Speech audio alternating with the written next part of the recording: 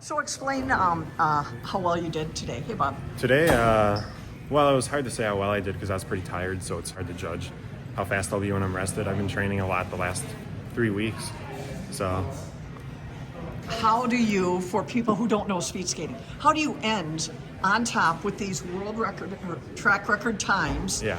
And then you come back and you're slower. So what is the process? The process, obviously, you'll be building up in the beginning of the season, and then by the peak of the season, you should be at the best you can be. So right now, I feel like I'm a little bit lower, and then I'll be jumping up. So I'm actually pretty happy with where I'm at right now. So yeah. Did it feel good, or you were better with your trials than you were last season? Well, my times are faster in the beginning than they were last season, actually. Not today, because I was training all week and didn't take any rest at all. So, but with the way I'm progressing with my endurance, it's really well. With my second lap in the 1,000 today was really well. The opener was off, but once I start resting more, doing more races, that opener is just going to get faster, and the laps will stay the same. When you start the competition, come out in Utah, is that your first one? Yeah. What can we expect to see there? You could see okay times, maybe in 500 and 1,000. I don't know about 1,500, just because I'm not going acclimated. Usually, if you want to be acclimated, you got to go 2 weeks early, but I wanted to stay home and train. The World Cup is probably going to be much better than the trials. So. And then you said you were coming back stronger and faster than last year. You can feel that? I can feel it. My openers aren't faster yet, but my endurance in my last lap in like 1,500 and 1,000, which is what I want to be fast in right now, because it's shows the endurance has paid off. So, and then once my opener comes down, yeah. One other question, and then I'll let you go. So when you're training, because I've been here during the week, you're not training against somebody. You're not even like putting them, 100 yards ahead then to try and catch up. You're training against the clock. How does this? How does it make you faster when you're just gauging yourself? I mean, I try and put as much effort in as I can, whether or not someone's in front of me. I don't want to have someone, right in front, and then I start trying to go too fast and I'm rushing and scrapping all over. I want to maintain good technique, so in that sense it helps. But yeah, some other teams have more training partners, but for the last couple of years it's been working pretty well just by myself and having some of the other guys following and stuff. So it's practice races, and it was a little slow, but the amount of training that he's done in the last 2 weeks is pretty phenomenal. So to skate, some of the things that he did today were really good, like the 1,000 meter, the 2 lap times were 25:0, 26:0. So that's only a 1 second drop from first to second lap. That's really good. So, and then considering that he's really tired, that's a really good result.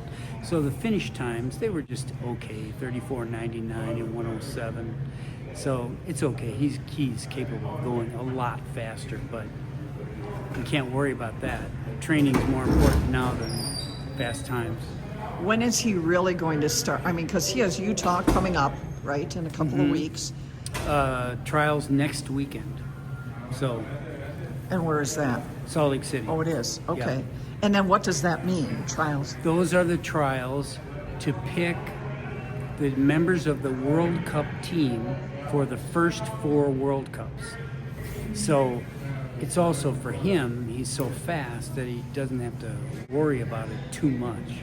So that's why we ran our training like up to a week before then, because it's not important to go fast on October 24th. It's important to go fast in February. So.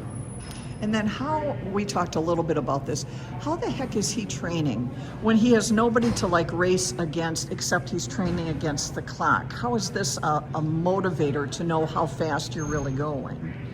Well, he kind of knows how fast he's going. We do some things where it will be like 1 or 2 or 3 laps as fast as you can go for time. So that gives you a reference of how fast that you're going. As far as people being close to him where he knows that he's racing, well, he doesn't have that here, but he also doesn't have that almost anywhere in the world because he's so fast.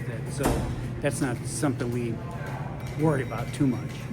Comparing his him how he finished last year to where he is now? A year older, and is he stronger? And Yes. February. Yeah, he asked me after his first 500 that he did really well, and he said like, why do I keep getting faster? And I'm like, well, now you've had like 6 years of training instead of 5 and 4 and 3, so it kind of is cumulative. So With these other time trials on that speedskating.com, we're supposed to see how other countries are doing, right? yes, And but we don't know how fast the Dutch are going yet because they haven't had very many times published.